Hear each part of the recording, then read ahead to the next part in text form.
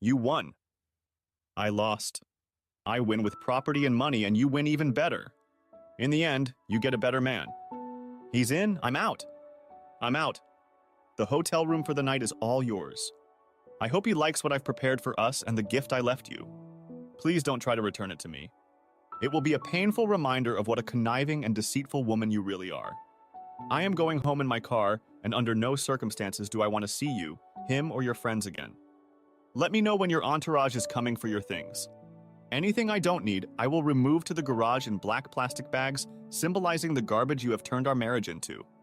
I'll use my father's phrase when he was told he had to either leave the Air Force or go to Vietnam. Yay me and screw you. I'm done with you. I'm not serving you anymore. Enjoy the trip. You deserve it for being such a good actress. 10 years later, that Wednesday morning I woke up to the sound of thumping. Wiping my eyes from sleep, I looked at the clock. 8:15 a.m. The banging continued, and I gradually realized it was coming from my front door. Who the hell would be knocking on my door at this hour? Slipping out of bed, I threw on my robe, put on my slippers, and went downstairs where the knocking became even louder. Looking through the peephole, I saw a disheveled woman on the porch, looking outside. I opened the door, ready to give her a verbal reprimand, and the woman turned to face me. She was about 10 years older than the last time I'd seen her, and it was noticeable. She had lost weight. Her slightly wrinkled face was pale and drained, and gray was showing through in her once beautiful hair. She stank, and her long dress was shabby and ragged. Seeing her on the street, or crouched under an overpass, I could easily mistake her for homeless. Daisy? Incredulously, I asked the woman who had once been my wife. Yes, Mike, it's me. Can I come in the house? She asked desperately. By the way, that's me, Mike Carpenter. No, I said, slamming the door in her face. Just then there was another knock on the door and I heard her sobbing. Please, Mike. Please! I'm begging you! Open the door. I yanked the door open so she wouldn't pound on it, but stood in the doorway to block her way. The neighbors already thought I was odd at best. I didn't need to make a spectacle of myself on the doorstep to draw even more attention to myself. What the hell do you want? I told you 10 years ago that I don't want to see your face again. Never! What part of that didn't you understand? And why the hell are you here? I thought you and Dr. Wonderful lived in Milwaukee. Recovering from my outburst, Daisy wiped the tears from her face and gave me the most wistful look I'd ever seen on a human being. Can I come inside? I'm hungry and tired and I need to use the restroom. Please? I promise I'll explain later, she pleaded, shifting her feet unsteadily. Having been a teacher for many years, I realized that this was the dance of a person about to shit their pants.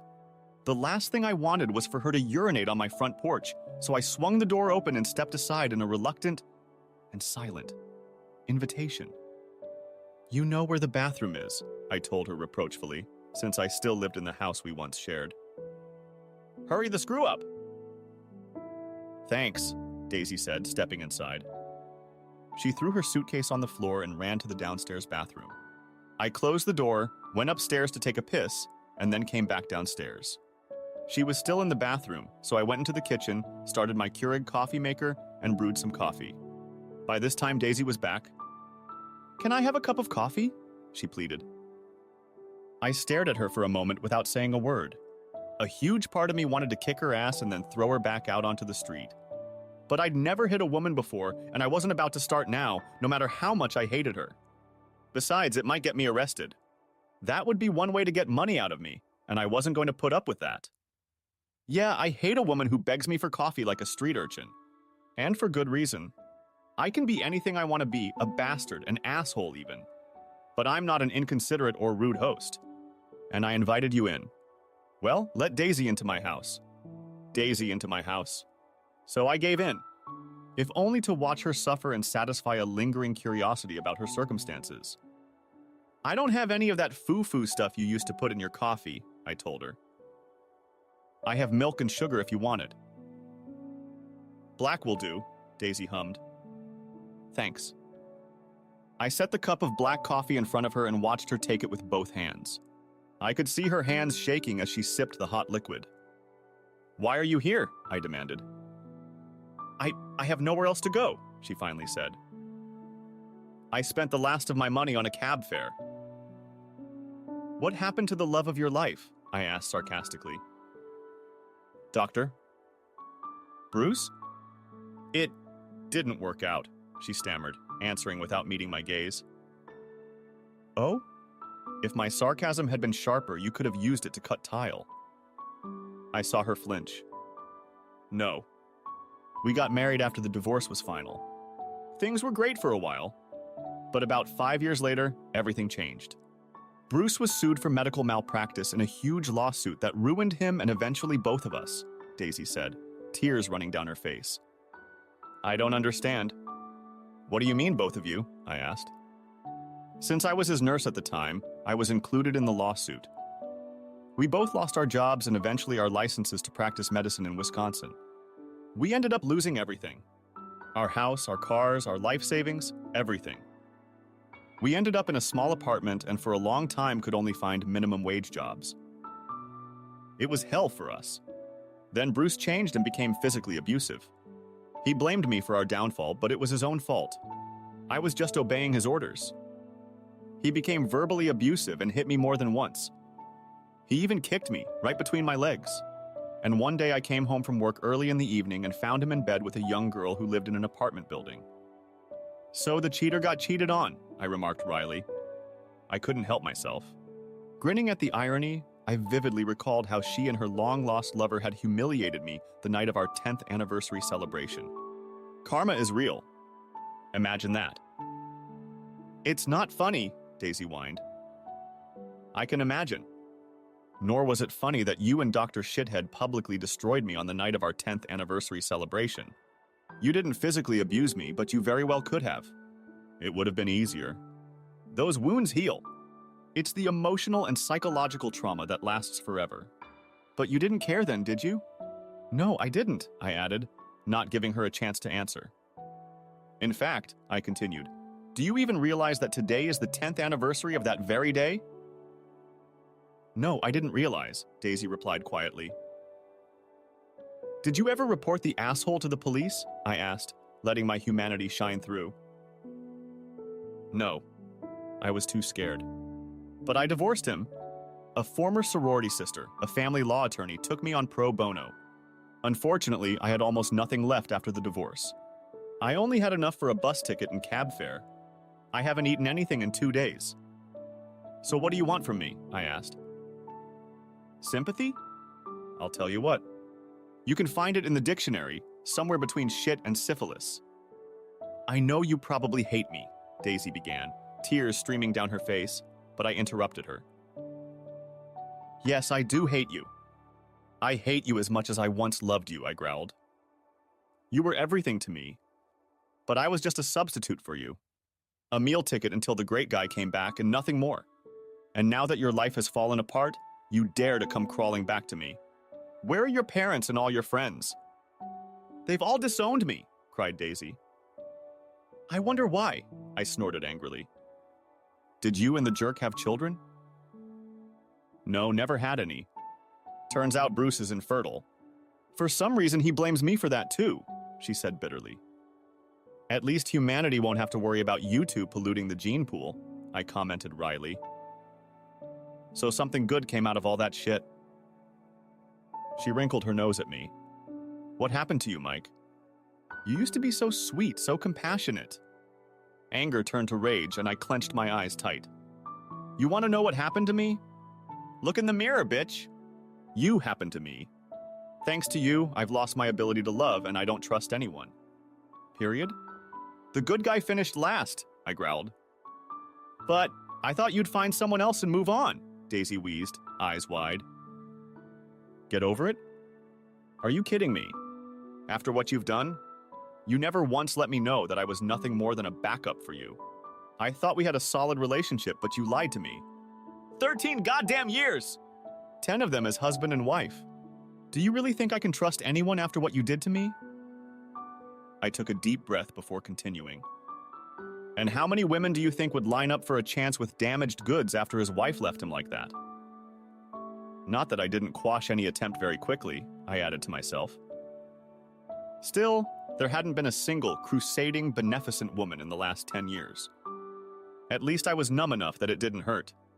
So are you surprised that after 10 years I've become a reclusive hermit licking my wounds? I guess not, Daisy admitted, bashfully lowering her eyes. And now here you are. What the hell do you want from me? You want me to shelter you and take care of you while you wait for your second great love to come back into your life? Be realistic, bitch. I was hoping you'd let me stay for a while. Until I get back on my feet, she pleaded. There's a homeless shelter downtown, I pointed out. You should go there. That's what it's for. At least that's what I pay taxes for, to keep people like you off the streets. I went there, but they were full, Daisy admitted. I went to the YWCA and even that big church downtown, but there were no seats available. Please, Mike, I'm begging you. I'll do anything you want me to do. I'll cook, clean, and wait on you hand and foot. I wanted to lash out at her with that last comment, but clenched my jaws. She visibly flinched at my stare. What makes you think I'd want to touch you? As far as I'm concerned, you're infected. Walking hazardous waste! I hissed through clenched teeth. And then it hit me. You've been trying to prostitute yourself? She bowed bashfully, tears splashing onto the table as she nodded. How do I look? No one's taken. I looked at her intently, then said, Oh, how far and hard the powerful have fallen. Then maybe I should just leave. Maybe I should just curl up and die in a gutter somewhere, Daisy sobbed. No one wants me anyway. I watched her sobbing and sobbing at the kitchen table like a dying balloon with its last drops of helium leaking out. I was already thinking about throwing her out into the street to die. My hatred for her was so strong. For 10 long years, I lived that hatred, fantasizing about the most varied and cruel ways to kill her. I had heard of functioning alcoholics. In the case of Daisy and Dr. Asshole, I was probably an acting sociopath. A deep, soundproof basement or a stone cellar under a barn in the middle of nowhere, where only I could hear them screaming. But to see her here like this, after all these years? And then there was Bruce, the piece of shit who'd stolen her from me just to abuse her. I hated him too, but that hatred was growing stronger. I was raised to never use violence against women. In my opinion, anyone who does that deserves what happens to them. I took a deep and very reluctant breath. Look, why don't we eat first? And then we'll keep going. Okay, I suggested. Still sobbing, Daisy looked at me, then nodded her head. Thank you. I'm so hungry, she cried. I'll cook if you want me to. No, it's okay. I've learned to take care of myself over the last 10 years. Besides, this is my kitchen now. You just sit here. I'll make us some scrambled eggs and bacon. Is that okay with you? Perfect, Mike. Thank you so much. I got up, ignoring her, and made scrambled eggs and cheese like Daisy used to make when we were married. Then I fried a full plate of bacon and made toast. Her dim eyes lit up when I brought her a plate. You remembered to put cheese on the eggs, she exclaimed. Just like I did before. Thank you. You're welcome, I replied gruffly. Now eat. I set my plate down and began to eat, watching Daisy dig into her food as if she hadn't eaten in a long time. Her face never took her eyes off her plate as she shoved one forkful after another into her mouth, stopping only to grab a piece of bacon or toast. When she was done, she didn't have time to lick the plate clean. How delicious, Mike, thank you, she said when she was done. You've become quite a good cook. I'm sorry, but I haven't eaten in a while. That's okay. Are you still hungry? I asked. No, thanks. But could I have another cup of coffee? Sure, I said and took her cup. When I returned, she took a sip and set the cup back down. Are you feeling better now? A little. The food has helped a lot. Good. The shower will probably help too, I said. No offense, but you stink. Oh, Daisy said quietly, sinking down in her chair and deflating again. I'm really sorry about that. I've been riding the bus for a few days now. Can I use your shower, please? Please. You know where it is, I said. The towels are where they've always been laid out. I wondered. When you're clean, my robe will hang on the back of the door. Whatever you do, don't put that robe back on. After your shower, you can use the washer and dryer for your clothes. After that, I grumbled that I would have to scrub the bathroom and toilet with bleach. After she slipped into the bathroom with her suitcase, I cleaned and rinsed the dishes and then went upstairs to brush my teeth and get dressed. I thought about what had happened after Daisy announced she was leaving with Bruce, the love of her life, and how it had affected me. We had been together for 13 years, 10 of them married. At the time, I was absolutely devastated. And to make my situation even worse, she casually admitted that she had cheated on me with him repeatedly during those 13 years while he was away and working to create their trouble-free future. And to make matters worse, she was deliberately planning to throw a bombshell at me in public at our anniversary party, and her friends knew it. The situation filled me with even more rage and hatred than I could have anticipated. I should have just ripped my heart out, dropped dead, and saved everyone, including me, a lot of trouble. Things got so bad that the principal of the school where I taught strongly advised me to see a psychologist. I did as he advised, and it helped to some extent. I was able to contain my hatred enough to cope with day-to-day interactions with students and other faculty members. But still, I couldn't get close to anyone, male or female. My counselor suggested that I write an essay to get my innermost feelings out. In her opinion, this way I could banish the hatred and mistrust from my mind. To some extent it worked, and in time I was able to socialize with other people. But I was never able to make a relationship with anyone, never becoming more than a grumpy coworker at work or a prickly neighbor at home. By the time I finished the essay, however, it had turned into a 300-page manuscript. My counselor was so impressed that she suggested I publish it. She even put me in touch with someone she knew in the business. The book was published a year later, and although it never made the New York Times bestseller list, enough copies were sold to provide me with a pension. Of course, I changed the names, but it remained the story of how my wife screwed me over and the pain it caused. Probably just as much help in keeping my sanity was when I started practicing martial arts. Two sensei asked me to quit after I got too hyped in sparring classes. Then at the community center, I found a twice-divorced retired Marine who took me under his wing. He didn't flinch during sparring when I imagined beating Dr. Asshole to a bloody pulp. However, he had taught me that letting my emotions fight was a sure way to get my ass kicked. Letting my cold, hard brain channel rage into striking power was a skill that took a long time to develop. After all, I could break concrete blocks, but not after getting a legion of bruises. But I never expected to see Daisy again. Never. And I didn't think she'd be in such terrible shape. She didn't look well at all, and I began to wonder if she was suffering from some sort of illness. I also found that most of my anger was now directed at Bruce. My intuition told me to throw her out on the street, but something inside me doubted the rightness of such a move. What if something happened and she died? Would I be able to live with myself? The potential of being in an even worse emotional position than I already was didn't seem appealing. And would I be able to be legally responsible? I decided to get a second opinion and called my mom. "Good morning, Mike," Mom said when I answered. "This is a pleasant surprise. What's going on?" "Guess who showed up at my door this morning?" I asked, skipping all our usual pleasantries. "I won't tell you." "Who?" she asked curiously. "Daisy," I said. I heard my mom sigh. "What's wrong?" "What does she want?" Mom asked. I told her what had happened to Daisy and relayed what she had told me. "She doesn't look well at all, Mom. My gut tells me I should throw her ass back out on the street, but..." "You wouldn't be able to live with yourself if something happened to her," Mom said, finishing my thought. "No, I don't think I could. Besides, she was so abusive to Bruce." "I know she hurt you badly," Mom said. "But maybe you should listen to what she has to say." "I'll tell you this. Why don't I come back later when I'm done here?" I knew Mom could get to the bottom of this and maybe get Daisy to open up more, so I agreed. "That's not a bad idea, Mom. I could use your wise counsel. Give me some time and I'll come over." "Thanks, Mom. I appreciate it," I said. We finished our conversation and I finished my business.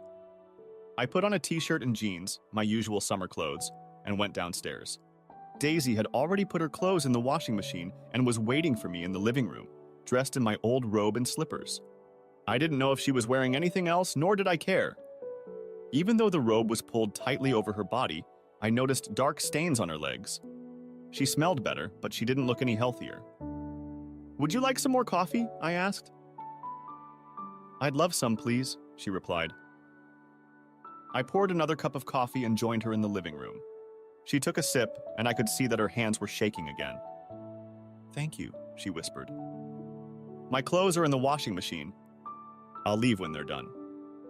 "There's no need to rush," I told her. "I have a few questions I'd like answered, if you don't mind." "Sure," Daisy said with relief. "It's the least I can do." "I suppose. You said Bruce was being sued for malpractice. I thought doctors like him were insured against malpractice. Wasn't he insured against that?" "He was, but one lawsuit turned into a class action. And then there were allegations of malpractice.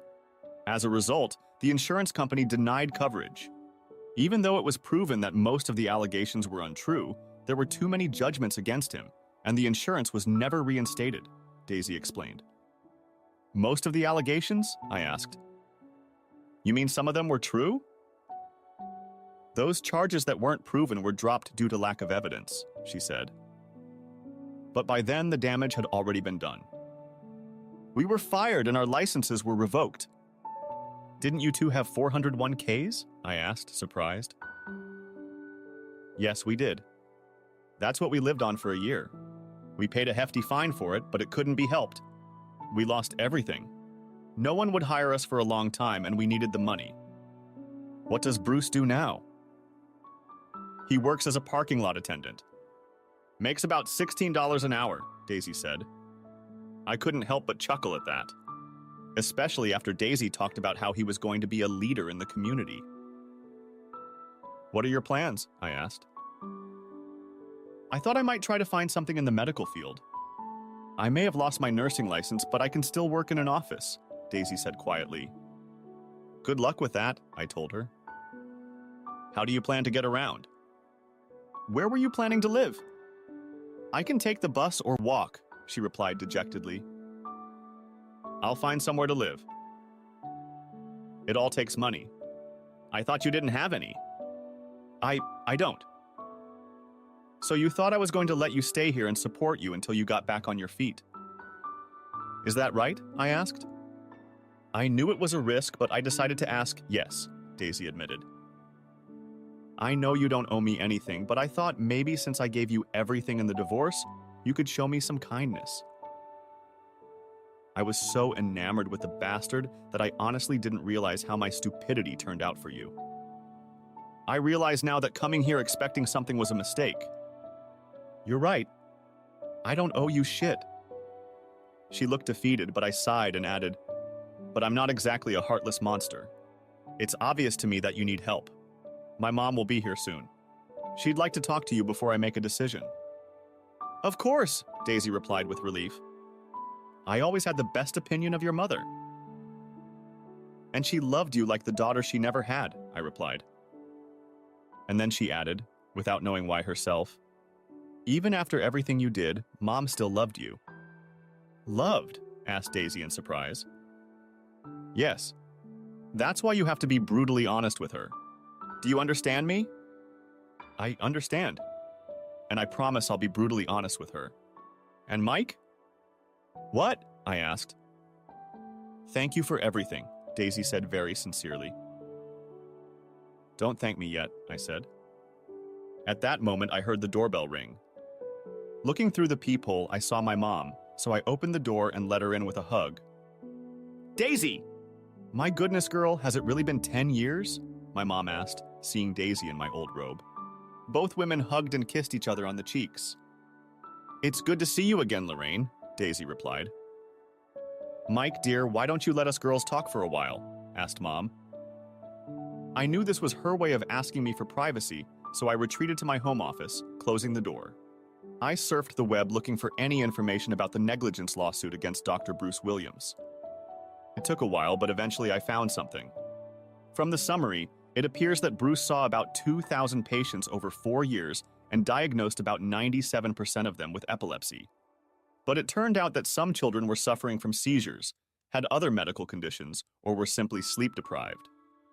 Compounding the error, Bruce prescribed powerful anti-epileptic drugs fraught with serious side effects and advised patients to undergo unnecessary medical treatments and procedures. And if that wasn't enough, many plaintiffs named Daisy as an accessory. Almost every child who walked through their doors was given a series of tests and diagnosed with epilepsy, whether they had it or not, said one of the plaintiff's attorneys. In some cases, Daisy would tell her parents the bad news, and Bruce would agree with her diagnosis. To make matters worse, the hospital had to refund more than $300,000 to the state for improperly billing the Medicaid program. No wonder the hospital fired them, I thought. The state fined both Bruce and Daisy and then revoked their licenses.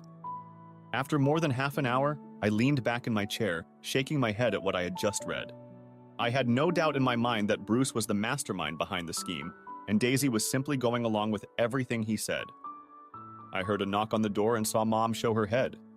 I gestured for her to come in, and she sat down in the chair next to my desk. "What's wrong?" I asked. "I think Daisy needs to see Dr. McGregor as soon as possible," Mom said. The serious look on her face made me sink. Terry McGregor had been our family doctor for many years, and Mom had worked for him until she retired a few years ago. "Oh? Why?" "I can't diagnose, but I've seen quite a few women with cancer. I'd bet she has cancer and needs to be seen by a doctor as soon as possible," Mom said. But she wasn't done yet. "I know Daisy has burned bridges with you, and I understand that," Mom said. "Believe me, I understand it.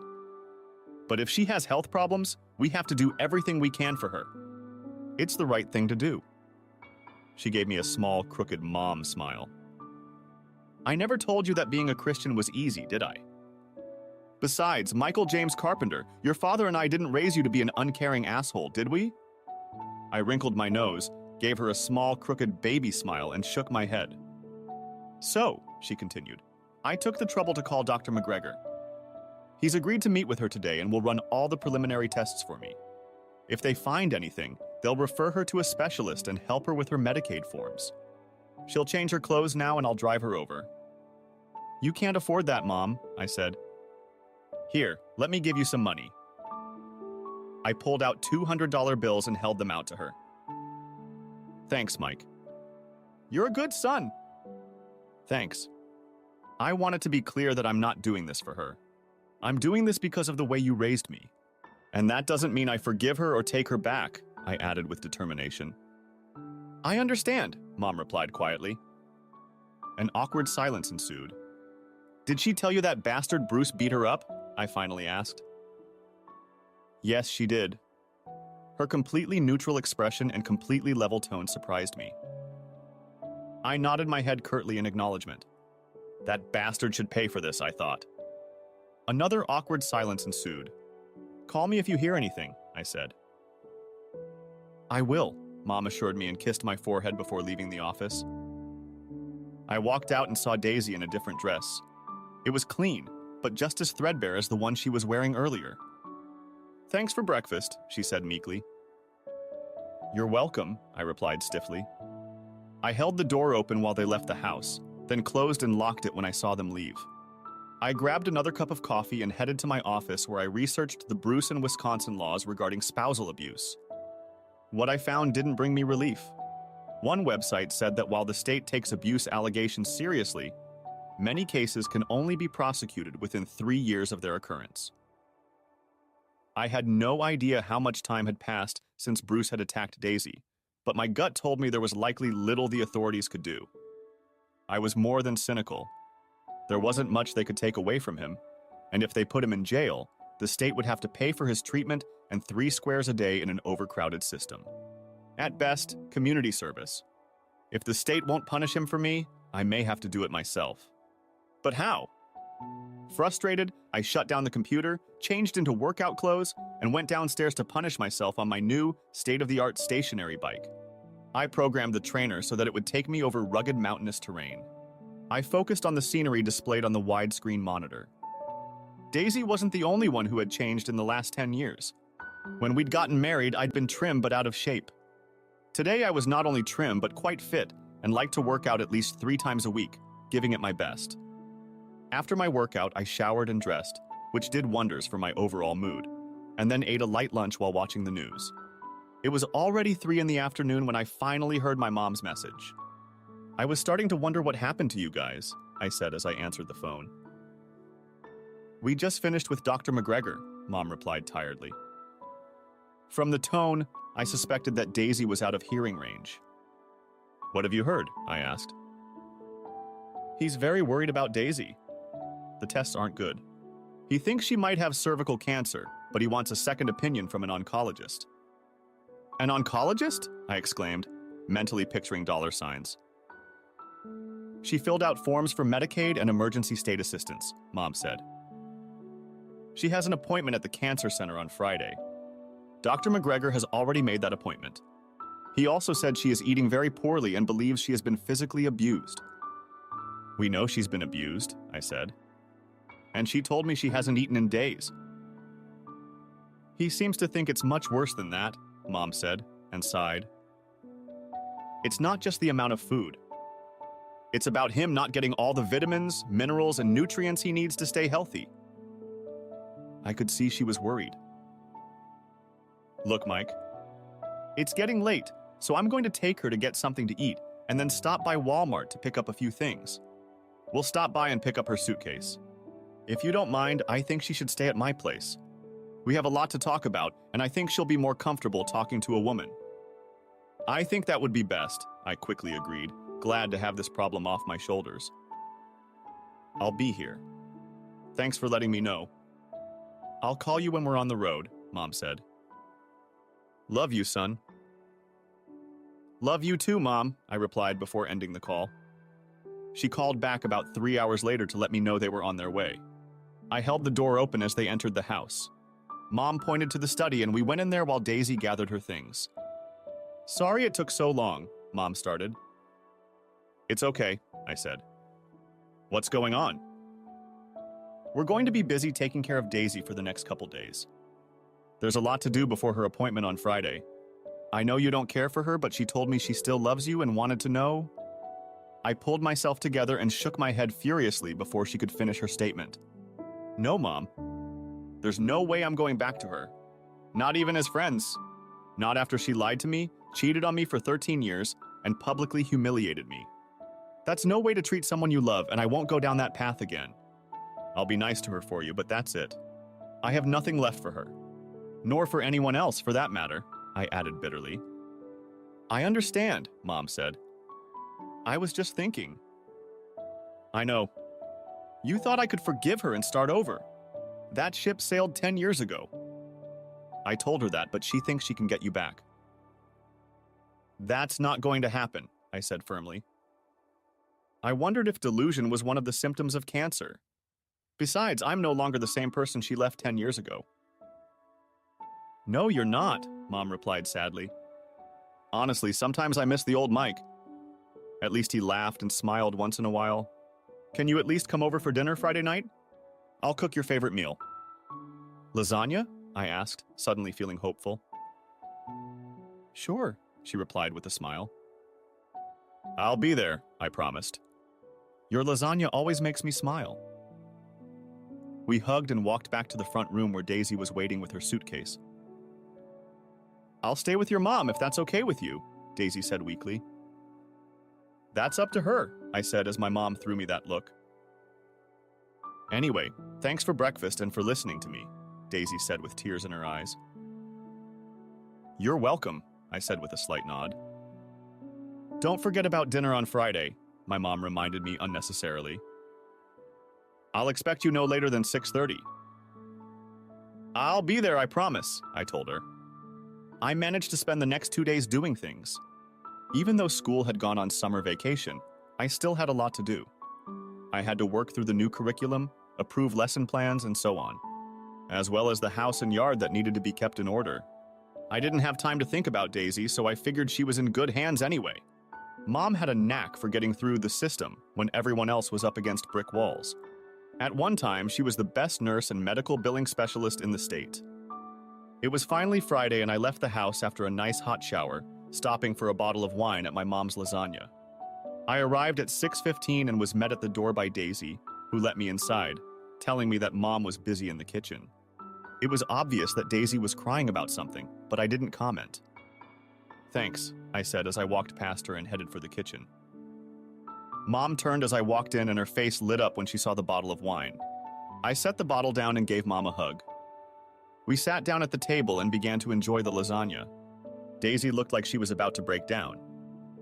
"How did it go today?" I finally asked. "We got Daisy's application approved," Mom said. "Thank goodness they have this newfangled internet system. I wish they had one when I retired." I could see she was forcing herself to be upbeat. "So Daisy's medical expenses will be covered?" I asked with relief. "Yes, and the state will pay her a monthly allowance. It's not much, but she won't need much anyway since she'll be living here," Mom said. "They're also going to collect the child support Bruce owes. If they can find him and squeeze the blood out of the turnip," I remarked grimly to myself. "That's good," I replied aloud. "What about the oncologist?" Daisy's face darkened and Mom's expression changed. I knew that whatever news they had, it wasn't going to be good. "They confirmed that she has stage 4 cervical cancer," Mom said. "And it's spreading rapidly throughout her body. It's already in her extremities." "But it can be cured, right?" I asked. I wasn't sure how I felt other than discomfort. "Maybe," Mom said. She looked at Daisy as if asking permission to say more. Daisy nodded her head, a tear rolling down her cheek. "The chances of survival are less than 20%. They can treat her, but there's no guarantee she'll survive. Things would have been different if they had discovered this 3 or 4 years ago." 3 or 4 years? She's had it that long? I asked, wondering. "The doctor said they think I've had it for about 4 years," Daisy replied dejectedly. "If they had diagnosed it, my chances of survival would be over 90%. Right now, they're about 19%. That sucks." Bruce, notice anything weird?" I asked. I forced myself not to say asshole, since I didn't usually swear in front of my mother if I could help it. "I don't." He never said anything. "Things were really bad at the time," Daisy explained. "I noticed some changes, but I figured it was because of the stress we were under at the time. I didn't want Bruce to have anything to worry about." "What kind of changes?" I asked. "It was hurt. When we were, doing it," said Daisy. "It got so bad that we stopped doing anything for a while." I was glad she didn't elaborate further. Mom quickly stepped into the conversation. "They have some new medication they can give her that might help," she said. "The doctor said they might increase her chances by 10 or 15%. "That's better than nothing." "So what are you going to do?" I asked Daisy. "I don't have much of a choice. Either fight or lie down and die. And I'm not ready to die yet," said my ex-wife with her former fervor. "I've got things I should do before I die." I didn't bother to ask what those things were. "And how long will this treatment take?" I asked my mom. "It could take up to a year," she said. "Or maybe more." A year, I thought. A lot can happen in a year. Would I be able to last that long? "And will Daisy stay here with you the whole time?" I asked sternly. I definitely didn't want her in my house. I think it's for the best. I may be retired, but I still remember how to take care of patients. "I'll be here with her all the time, and I know who to call in case of an emergency," Mom said. "I suppose that makes sense," I reluctantly agreed.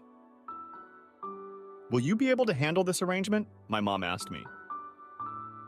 I looked at Daisy, mulling over Mom's question. There was a time when I would have been willing to do almost anything for the woman sitting across from me.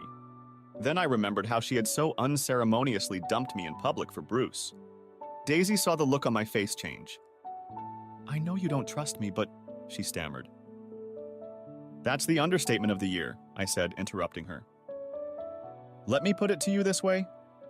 If you ever hurt my mother in any way or cause any mischief, so help me God, I will personally throw your ass out on the street, cancer or no cancer. Do you understand?" "Yes, I understand," Daisy said quietly, and tears came to her eyes. She lowered her eyes, watching the tears roll down her face. "I don't think we need to go there, son," Mom said.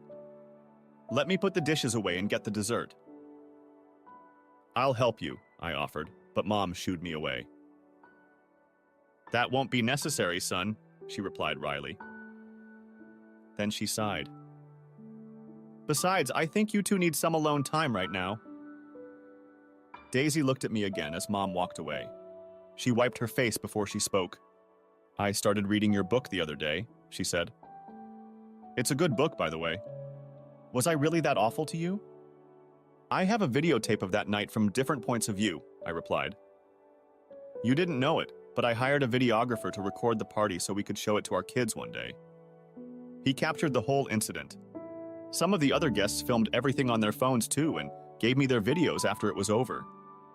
Oh my God, Daisy moaned, flabbergasted. I watched those videos many times to capture every move and every word spoken that night. It's all in the book. I still have those videos. Do you want to see it? I asked. My tone was light, but I'm sure my facial expression could have made a loaf of bread go moldy.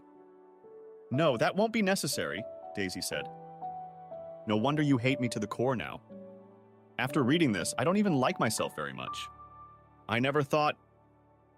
That's right. You didn't think. Worse, you didn't care, I spat. Every time I close my eyes, I see you and Bruce humiliating me in public, stomping on my heart like a cockroach that needs to be killed.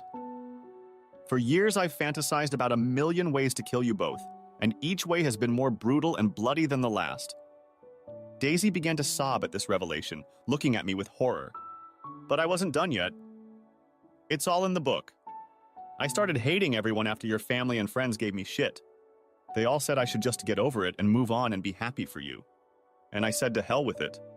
Of course it was easy for them to say that. After all, they weren't the ones who stabbed them in the back and shoved the person they loved more than anything else in the world down the stairs to the septic tank. It got to the point where I hated everyone around me. My principal, Mr. Smith, sent me to a psychologist. And it's a good thing he did. I was on the verge of doing something idiotic. She advised me to write down my feelings, which I did. The result was this book. Yolanda also advised you to start exercising, remember? Asked Mom, returning with the apple pie. She was probably eavesdropping and thought personal space was getting out of hand. Is that why you look so good now? Asked Daisy, hastily wiping her eyes with a napkin and hurrying to change the subject. I've never seen you in this shape before. Thank you. Yes, I have. I've been doing martial arts and signed up for a fitness center.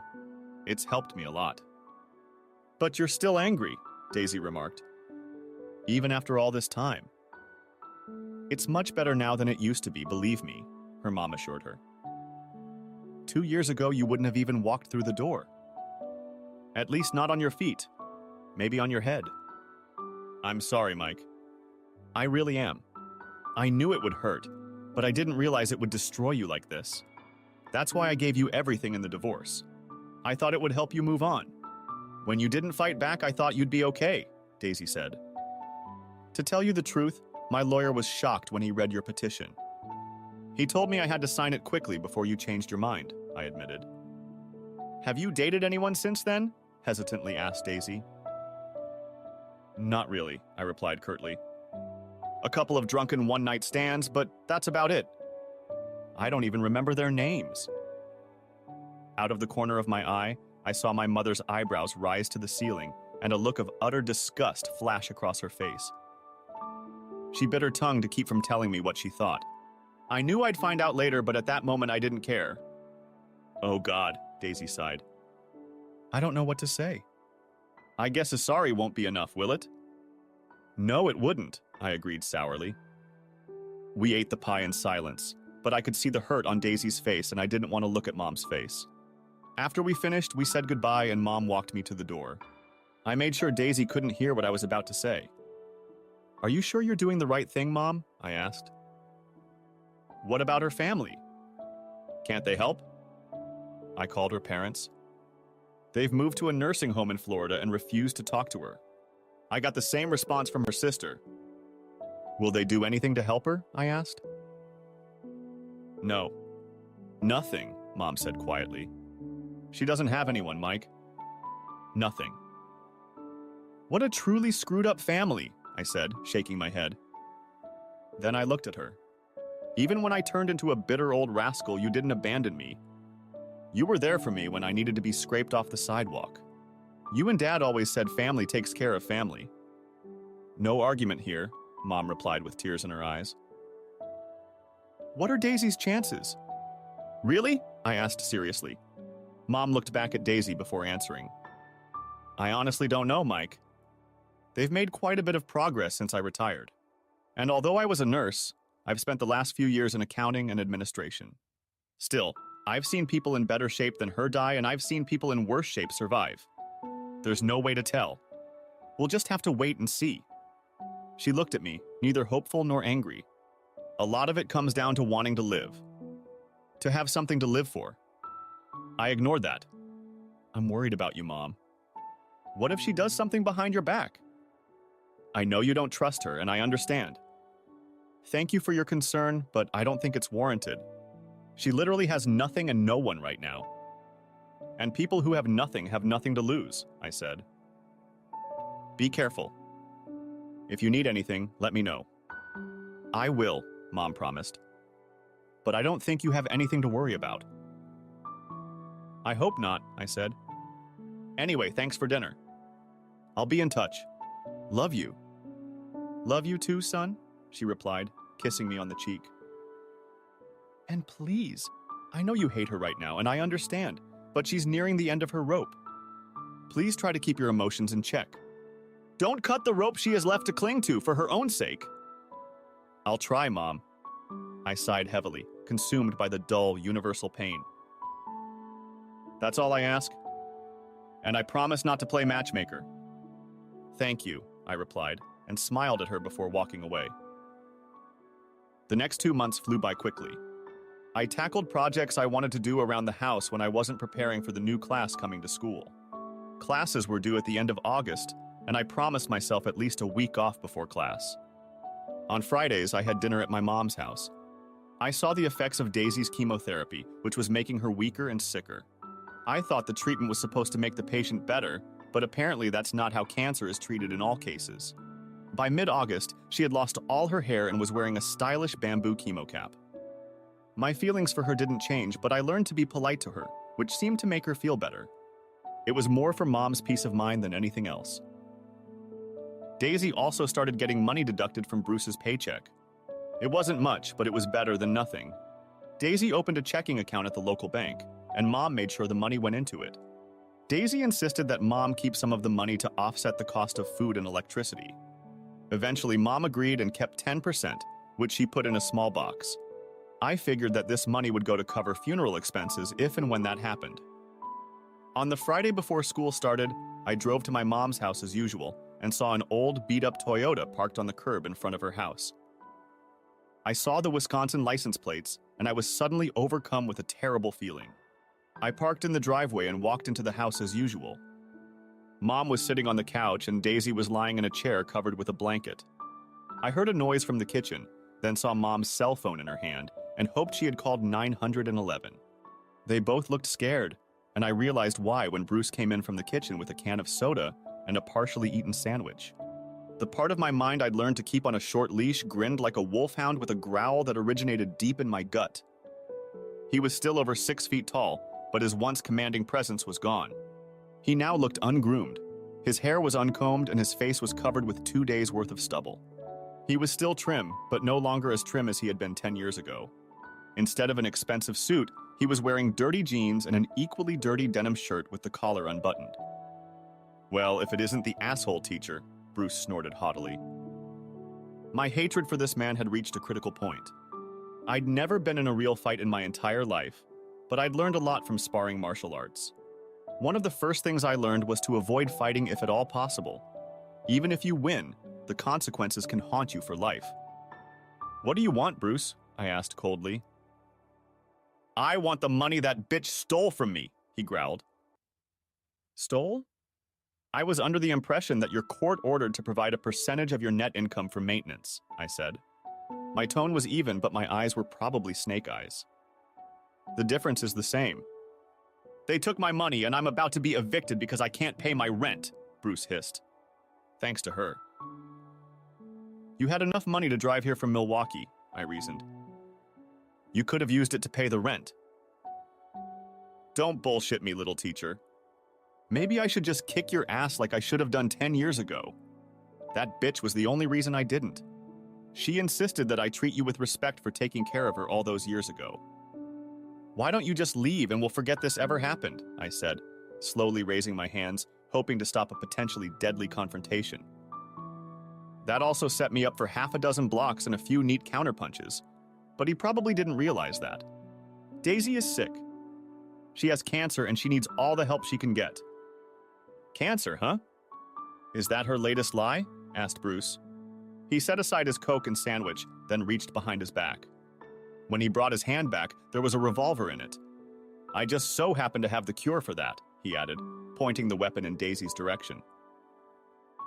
Don't do that, Bruce, Mom pleaded, pointing to where she had placed her phone on the side table. The 911 operator was probably listening to the entire conversation. Please. I've already called the police and they're on their way here. Mike is right. Leave now and nothing more will be said. I started to move to get between Bruce and Daisy, but he saw me and quickly pointed the gun at me. I could see the desperation in his eyes as he spoke. I forced myself to mentally back off. I hadn't come this far and survived this long to be randomly shot by a cop. Stay where you are, Teach. Don't move a single muscle, Bruce hissed as his hands began to shake. At that moment, we saw flashing red and blue lights through the windows in the front room and heard a voice over the speaker system. Mr. Williams, this is the police. The house is surrounded. We know you have a weapon. Put down your weapon and step outside with your hands in the air, the officer ordered. You better do as they say, I said to a wide-eyed Bruce. How do they know I have a gun? Asked Bruce. I told them. I saw it stuffed in the back of your pants, said Mom. And Mike's right. You better do as they say. This is your last chance, Mr. Williams. Drop the gun and get out of the house, the officer commanded over the speakerphone. Bruce looked around at the three of us, and I realized he was starting to get nervous. Our eyes met for a moment, and I saw his determination disappear. If you were smart, you would have done what they said, I told him. You won't get a third warning. I heard the back door open, and suddenly 2 officers appeared in the room with their pistols at the ready, pointed at Bruce. Drop your weapons, ordered one of the officers. Bruce turned around and his eyes widened as he realized that 2 semi-automatic pistols were pointed at him. Foolishly, he raised his weapon, but the officers fired first. Through the ringing in my ears, I heard Daisy scream and was horrified at what I saw. By then, 2 more officers had entered the room through the front door, responding to the shooting. My mom lunged at Daisy and clutched the pride and joy antimacassar she had inherited from her grandmother. I had never been in a situation like this and froze, not knowing what to do. One of the officers saw Daisy and radioed for an ambulance. Another examined my mom and attended to her, applying pressure to the wound while the first 2 officers knelt beside Bruce. I saw one of them shake his head and realized Bruce was dead. I was shaking. Part of me wanted to scream, "The bastard is dead!" And the other part of me resented that it had all happened too fast. Mom staggered back and I grabbed her. She clung to me and trembled even more than I did. The other 2 officers were busy administering first aid to Daisy. I was giving my statement to an officer when an ambulance pulled up to the driveway. A detective arrived as well with a team of crime scene investigators. While the detective took statements from me and my mom, one of the paramedics quickly determined that Bruce was dead. While he and the officer placed him in a body bag, the other 2 examined Daisy, placed her on a gurney, and wheeled her to the ambulance. I'm going with her, the mom insisted.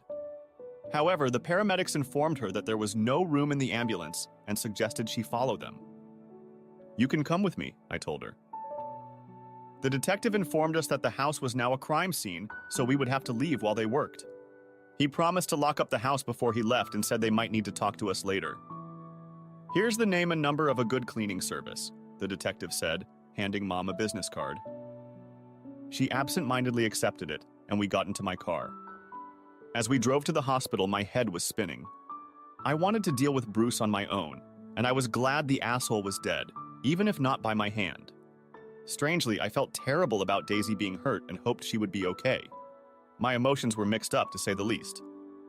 We made it to the hospital and walked into the emergency room where we were told that Daisy was being wheeled in for surgery.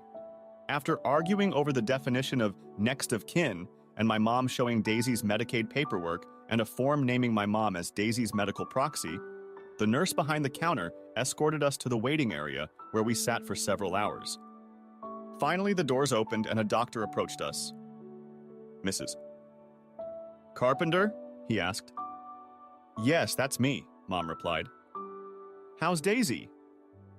"Miss Williams is stable and on the mend. I think she'll survive the gunshot wound. The bullet went through her but didn't hit anything vital. She's lucky," the doctor said. "Another inch or two more to the left and she wouldn't have survived." "Thank God," Mom sighed.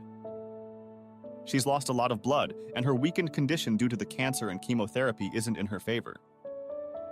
However, we found something else and contacted her oncologist," the doctor added. "Oh? What?" the mom asked. "I know she's undergoing chemotherapy, but we found what looks like traces of infection in her system. I've ordered a series of tests just in case." "Oh no," Mom sighed. "Is she going to be okay?" "It's too early to tell. She's under sedation at the moment. We'll keep her here for at least 3 days." "Can we see her?" asked Mom. "I don't think so. Not until tomorrow morning at the earliest. Let me give you a card.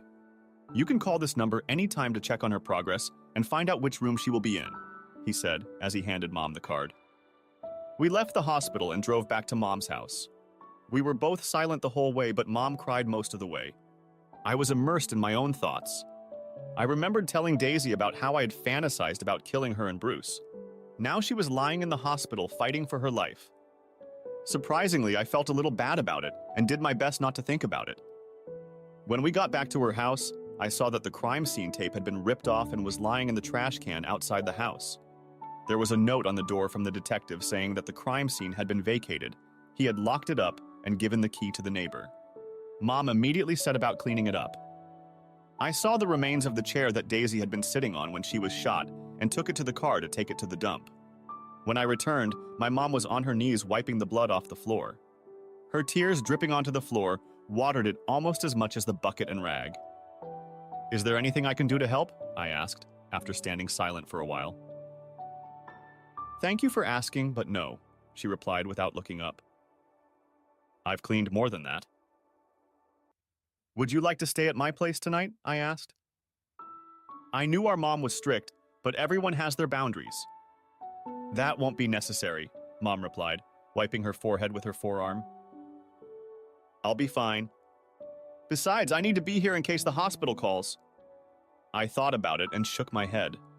"In that case, I'll stay here." She looked up at me. Her words sounded like, "You don't have to, Mike." But there was a look of gratitude in her face. "I know, but I'm going to do it anyway. And if you intend to clean up on your own, I'll be helpful and make something to eat before we head to bed." I mimed a small, crooked smile. "I hope the wine goes well with the scrambled eggs and bacon. I think we could both use a glass before we try to sleep after a day like today." She looked at me, shook her head, and grinned. "We'll see." But I noticed that as she went back to cleaning, she scrambled more vigorously. I worried about nightmares, but either a glass of wine or emotional exhaustion had us sleeping like hibernating bears. In the morning, we fiddled around the house, barely speaking until around 10 o'clock when the phone rang. I went into the kitchen so as not to eavesdrop. 5 minutes later, she joined me and said, "Daisy is still in a serious condition, but her condition is stable. She's having a lot of tests done, but she should be back in her room by mid-afternoon." I nodded my head absent-mindedly, trying to see if I felt anything, but other than dazed and confused, I didn't catch anything. "Would you mind giving me a ride?" she asked, pulling me away from my introspection. "No problem," I told her. "What time?" "Can we be there at 2:30? "Sure." "I'll give you a ride," I told her. I left a little early to take an old chair to the dump, run some errands, and then followed my mom back to her house. From there, we drove to the hospital and got directions to Daisy's room. We went into the hospital gift store and bought a card, a vase of white carnations, which I knew were Daisy's favorite flowers, and an Agatha Christie novel, the same one she had read before she left me for Bruce. Mom looked at me cheerfully as I paid for everything. "What?" I asked defensively. "Oh, nothing," Mom said, shaking her head. I felt my face burn. Don't get any ideas, I told her. Yeah. You really care about her, don't you? Mom asked. No, not really. I just thought it would make her feel better, that's all. I double-checked my change to make sure the cashier hadn't ripped me off. Sure, Mom replied in her typical manner. She patted my hand and said quietly, Mike, the opposite of love is not hate, but indifference. When hate dies, a bunch of emotions have nowhere to go. And it's okay that you still feel something worthy of the person you thought she was. And your secret is safe with me. After that, we went to Daisy's room. She was awake, but she looked like a wrung-out towel. Mom kissed her on the cheek and handed her the card we had bought. Her eyes lit up when I showed her the flowers. My favorites. You remembered, she exclaimed in surprise. Her voice was hoarse and weak, but her tone was pleasant. Yes, I said, holding out the novel to her. As I recall, you read it when you left with Bruce, I added without emotion, though my gut twitched slightly. Yes, I did read it. And I never got a chance to finish it. Thank you, she said quietly, not looking at me and leafing through the paperback book. Any news? My mom asked. Not yet, Daisy replied with a shake of her head. She closed the paperback book but didn't let it out of her hands. Moreover, she snuggled into it like a teddy bear. They said I probably won't hear anything for at least a day. That's fine, Mom agreed. Then the nurse added, How are you feeling? Terrible, Daisy moaned. I'm exhausted, my whole side hurts, and my stomach hurts. They'll sort it all out, her mom reassured her. What about Bruce? Asked Daisy, still not looking at me. He was pronounced dead at the scene, Mom told her. Good, Daisy said firmly, finally showing some strength. I'm glad he's dead. A grim expression appeared on Mom's face, but she didn't say anything. She just patted Daisy's hand and nodded her head. I remained silent as the two women talked. Part of me was glad to hear that my ex-wife had turned against Bruce. Her statement helped diffuse the hatred I'd been holding back. But it wasn't enough to turn back the last 10 years. A nurse entered the room and looked at Daisy's vital signs. It's time for you to take your medication, Mrs. Williams, a young woman told Daisy as she handed her a cup of pills. Daisy took the medication and chugged it down with water. How are you feeling? Exhausted, Daisy sighed. And I'd prefer Daisy to Mrs. Williams, if you don't mind. I can't pretend it didn't happen, but I can try to put it behind me. You could hear the weariness in her voice, but she mustered determination for the last part. I'll pass this on to the rest of the staff, the nurse said with a smile. Maybe it's time for you to get some rest, the nurse added. I assumed she was implying that it was time for us to leave. When will we know the results of her tests? Mom asked the nurse. Asked Mom to the nurse. Asked Mom to the nurse. Doctor. Samuels is consulting with her oncologist, so they should know something definite by tomorrow morning, replied the nurse. You have our number and we have yours. We said our goodbyes, and I noticed the wistful look on Daisy's face that she threw at me before leaving. I smiled weakly before closing the door. I dropped my mom off at her house and then headed home to finish up my weekend chores. The next morning, we met in Daisy's room at the hospital. Being a part-time volunteer at the hospital, Mom arrived a couple hours before me. Shortly after me, two doctors entered the room. I met Dr. Samuels, the surgeon who operated on Daisy, and was introduced to Dr. Kincaid, Daisy's oncologist. They tried to look professional and confident, but even I could tell they were worried. So, what's the word? I asked, hoping for good news despite their facial expressions. Dr. Kincaid answered first. Miss Williams is suffering from a combination of peritonitis and diverticulitis, which explains some of the symptoms you've told us about in the past, Mrs. Carpenter. Dr. Samuels took up the report. Our scans have revealed several huge pockets of infection in Daisy's abdomen. In addition, we believe her gallbladder is punctured and will have to be removed. How did this happen? I asked, feeling Mom squeeze my hand tighter. There are probably several reasons, but we believe she had an underlying condition that was exacerbated by the cancer and the medications used in chemotherapy, Dr. Kincaid replied. So, what happens now? the mom asked quietly. She will eventually need surgery to remove all the infection and repair the damage. But we'd like her body to recover some more from the surgery she just had. So we're going to leave her here on antibiotics for the next couple weeks and see if the infection diminishes. Of course, the chemotherapy will be suspended during that time, explained Dr. Samuels. What are her chances? I asked, trying to keep my tone even. The doctors looked at each other before answering. I didn't like the expressions on their faces. I'm not going to sugarcoat it, Dr. Samuels said. Without surgery, she doesn't stand a chance. Her body is very delicately balanced right now. Giving her the highest possible doses of antibiotics will likely disrupt her metabolism and weaken her further, possibly even fatally. As far as we can tell, the dose she's on now has stopped the infection from spreading and is gradually pushing it back. But even if she clears up completely, the antibiotics won't repair the damage. There is no open perforation of the bowel wall, otherwise we would be doing high-risk emergency surgery right now.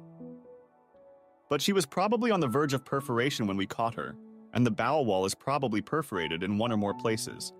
Exploratory surgery to try to see what the machines can't show is almost as high risk now. Manipulating the coils of the intestine can literally tear open weakened areas and cause what we are trying to avoid. We need to clean the intestines of infections as much as possible and repair any damage when she is strong enough to tolerate surgery. Then she needs to get even stronger. I won't say she needs a healthy body, but she needs to be healthy enough before we try to fight the cancer again. The malnutrition she suffered from for months has dangerously weakened her entire body. She won't survive chemotherapy unless she clears out the infections and gets her other body systems working properly. Peritonitis on its own is life-threatening, and combined with cancer, he shrugged. The surgery itself is risky, Dr. Kincaid added. Very risky.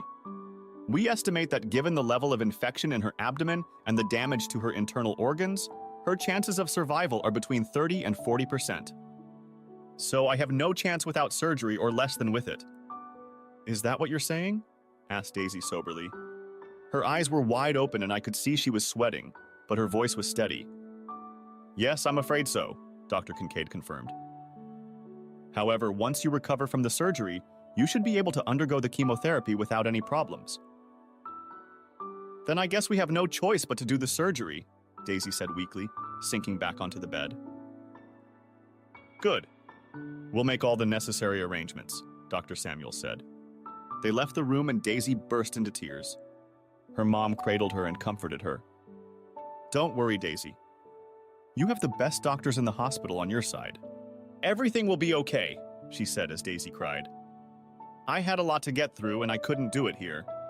It was strange. Not long ago, I would have happily celebrated the news of Daisy's passing. But now, my emotions were at breaking point. Look, I have to go. School starts tomorrow, but I'll check in on you from time to time, if you'd like, I offered. Yeah, I'd like that, Mike, Daisy exclaimed. Mom smiled, looking at me. We left the room and I walked Mom to her car and waved to her as she drove out of the house. I kept my promise and visited Daisy several times over the next 2 weeks. We talked about many things: my teaching, my students, my book, her failed marriage to Bruce, and our failed marriage. We also discussed our feelings and everything that had brought us to this point. During one of the visits, I broached the subject of her family. I'm curious about something, I said. What exactly? Asked Daisy. What's going on with your family? Why do they hate you so much? Mom called them, but they apparently want nothing to do with you. Remember when I told you they disowned me after the class action lawsuit was filed against us? Yes, I remember, I replied. What you don't know is that they knew about Bruce from the beginning. They promised to help keep you in the dark, and in return, Bruce promised to help support them when they retired. He even offered to buy my parents cruise tickets when they retired. And you and your sister knew about all this? I asked, my anger starting to build. Daisy lowered her eyes in embarrassment. Yes, she whispered before looking at me again. It was another knife in the back, I know. And I'm so terribly sorry. So your family used you and Bruce the same way you used me, I remarked. So your family used you and Bruce the same way you used me, I remarked. My tone wasn't cold, it was icy. She wrinkled her nose and just looked miserable. I controlled myself. If you don't want an answer, don't ask the question. Mostly, Daisy admitted sorrowfully. Things went downhill when we got sued. After we lost everything, my family wanted nothing to do with me. That explained the way they treated me after you left, I told her. It also explained how Daisy thought it was okay to use me while she waited for Bruce. Everyone had the upper hand except me. It also reinforced my belief that there was no way I could ever make up with her, not after everything she'd done. Daisy realized this too, and made no effort to rekindle what I thought we once had. But we did manage to make up, and I saw sparks? Flashes of the woman I had fallen in love with several times. In the process, I found that my hatred for her and Bruce diminished considerably. After his death, my hatred for Bruce faded a bit as well, though I still hoped that he would face severe eternal punishment for all he had done, and not just to me and Daisy. Mr. Smith allowed me to take the day off for Daisy's surgery and arranged for a substitute teacher. I arrived at the hospital early in the morning and talked to her before she was wheeled into the operating room. I was unaccountably worried, but tried my best not to show it. I know I've said a lot of nasty and hateful things since you've been back, I said. And I just want to apologize for that. I really hope you can get through all of this. Part of me was surprised that I didn't have to pretend to be sincere. Thank you, Mike. That means a lot to me, Daisy replied with a weak smile. I deserved everything you said, so I accept your apology. And I want to apologize for destroying the best man I've ever known. I know it's too late for us, but I do love you. You put up with me when you had no reason to. She took a deep breath. Please promise me something. What? I asked. Whatever happens, I want you to find someone you love. You deserve it, she said sincerely. That surprised me. She continued to look at me so intently that I finally said, I promise I'll try. She nodded slightly, as if giving herself a little absolution. We need to get her to the operating room, sir, the orderly said politely. Of course, I said. Just a minute. Completely spontaneously, I leaned over and kissed Daisy on the cheek. You can do that, I said as she smiled back. I froze in bewilderment. For a moment, she looked exactly as I remembered her on our wedding day. Some deeply hidden part of me wondered if there were times when she really loved me, and I wasn't just a provider for her. I stood up, a little dizzy, and the orderly wheeled her gurney out of the room. That was really nice, Mike, Mom said softly as we followed the orderly into the operating room. She was wheeled inside and we sat down in the waiting room. We sat there for several hours while the surgery went on. I tried to watch the TV hanging on the wall, but I couldn't concentrate on what was being said. All I could think about were the events of the last 10 years. My mind endlessly replayed everything over and over again. While my mom worked on her latest Afghan, I paced back and forth, drinking one cup of crappy coffee from the machine after another. I was caught in an endless loop, reliving the last few months all over again. 6 hours later, Dr. Samuels walked out of the operating room. The look on his face I immediately didn't like. He approached us and asked us to join him in a small room. After closing the door behind us, he sat down at a small table across from us, rubbed his eyes, and sighed heavily. I thought he was going to burst into tears. Mom squeezed my hand so hard my fingers ached, and I knew what he was going to say before he even said it. I'm so sorry, Mrs. Carpenter, Mr. Carpenter. We did everything we could for Daisy. There was just too much infection and damage to her internal organs, he said sadly. Her body just shut down. She signed a DNR and a form donating her body to cancer research if she didn't survive. Her heart stopped, and we did everything we could ethically, but we were never able to get it started. Again, I'm sorry for your loss. Mom immediately burst into tears, and I felt a tear about to burst from my eye, but I refused to shed it. I hugged my mom as she sobbed and nodded to the doctor. Thank you for everything you've done, I told him. We shook hands and I saw a tear leak out of his eye. When Mom calmed down, we walked back to Daisy's room in a near trance-like state. We didn't say anything as we packed her things. There was no need to say anything. I found a small envelope labeled Mike in Daisy's handwriting in the drawer of her bedside table. I opened the envelope and pulled out a folded piece of paper. Daisy had written a note in case she didn't survive the surgery. Mike, the letter began. You will only see this in case I don't survive. Thank you for being there for me the last 2 months, especially the last 2 weeks. You don't owe me anything, but you and your mother were there for me when everyone else abandoned me. I know what I did to you 10 years ago is unforgivable, and I'm terribly sorry I hurt you. I want you to know that even after all this time, a huge part of me still loves you, and I'm sorry for what my infatuation with Bruce has put me through. I know you'll never feel the same way about me, and I understand you. I can only hope that through my death, you will finally find peace. Love, Daisy, the note ended. I began to shiver as I looked at the words on the paper. I saw the water droplets hit the note and I realized I was crying. I felt my mom's hand on my shoulder. What's wrong, son? She asked. It was like a dam burst inside me, and I cried hot, bitter tears as I showed my mom the note. It was the first time I had cried since Dad had died 6 years ago. Mom started crying again after reading Daisy's note, and we ended up crying together, hugging each other. I realized something else when we calmed down enough to finish packing Daisy's things. All the anger, hatred, and bitterness I'd carried inside me for 10 years was gone. Completely. For the first time in 10 years, I felt calm. It was as if my hatred had died with Daisy, as if I'd gotten lost in a dark and barren maze, and her death had caused part of the wall to crumble and opened a way out for me. Strangely, her death healed me. We finished packing her things, signed the papers, and left the hospital in a daze. I followed my mom to her house and helped get Daisy's things inside.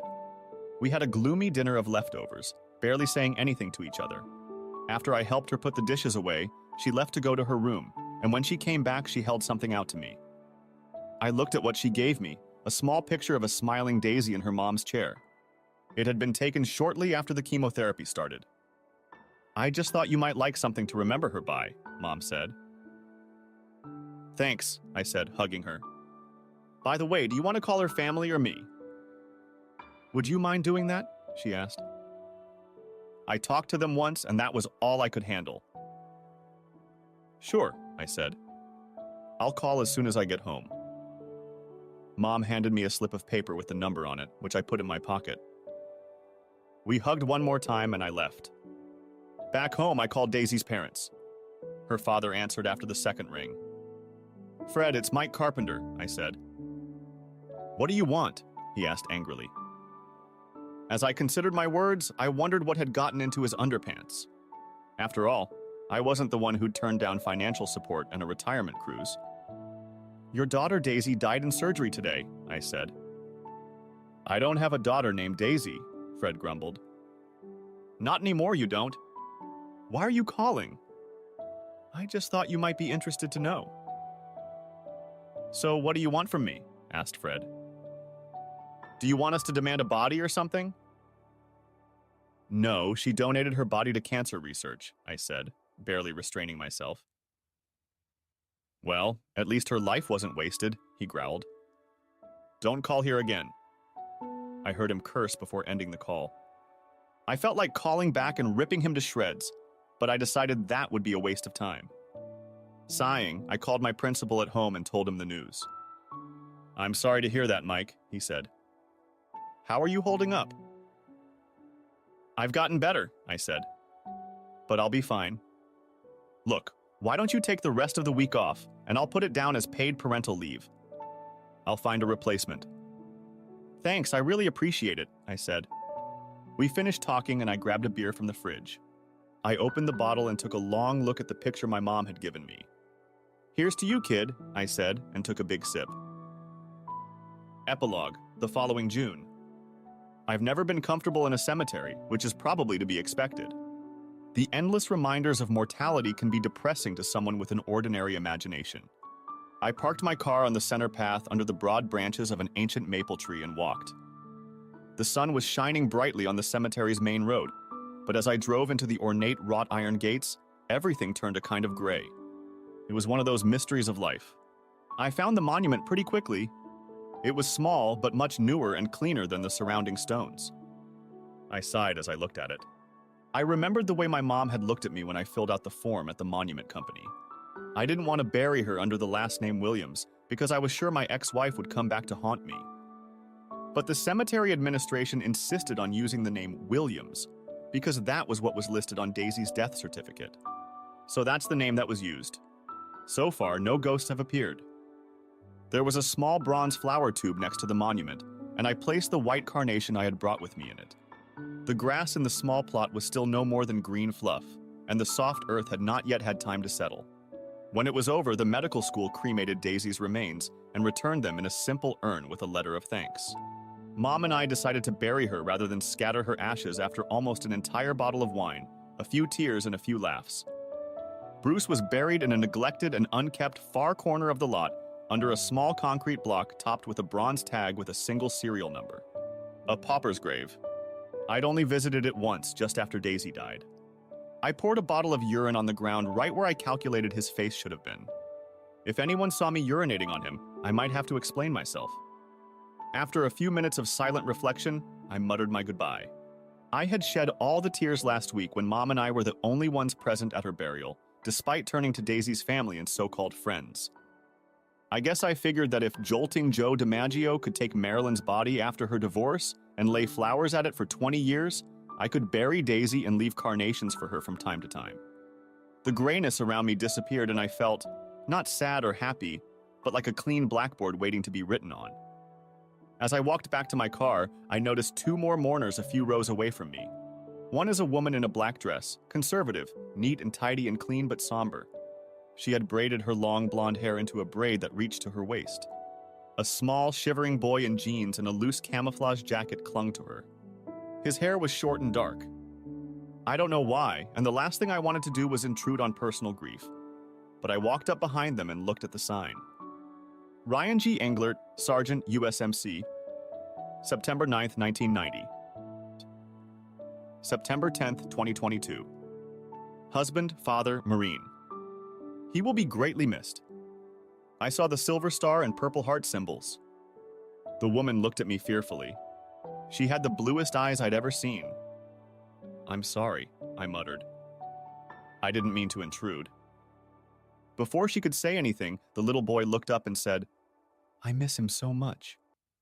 His eyes were even bluer than his mother's, and I didn't know if he was stating a fact, seeking comfort, or crying out for help. He must have been a handsome man if he resembled his father. I knelt down and rummaged in my pocket. I pulled out a notepad and pen, which I used far more often than the note function on my phone, and held them out to him. "Here, son. Write him a note and tell him about it. You can roll it up real tight and put it in that crack in the ground next to the marker. I'm sure he'll get it." He hugged me and took the notebook and pen and started writing. I stood up and his mother looked at me with tender and sincere gratitude. At that moment, I heard two quiet but distinct chuckles, a female and a male, one in each ear. Then the female voice whispered, "Keep your promise." I got the distinct feeling that June would no longer suck for me,